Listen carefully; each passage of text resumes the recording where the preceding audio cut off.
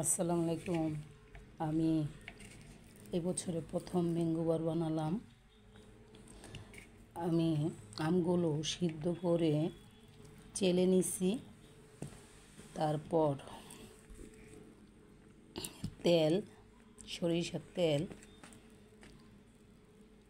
তেলে আমি ভেজেছি আর চিনি দিয়েছি। চিনিটা যার যার স্বাদ অনুযায়ী। এখানে আমি পাঁচফোড়ন দেই নাই, কেননা ম্যাঙ্গো বারে পাঁচফোড়ন না দিলেই ভালো। কিন্তু আমার ম্যাঙ্গো বারটা বেশি মোটা হয়ে গেছে, আম অনেক ছিল।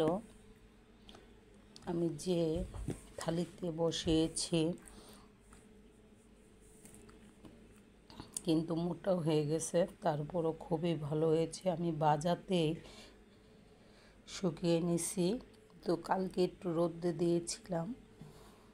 দেখেন, আমি ছুরি দিয়ে চাক চাক করে কেটে নিছি। ভালো লাগলে লাইক কমেন্ট করবেন।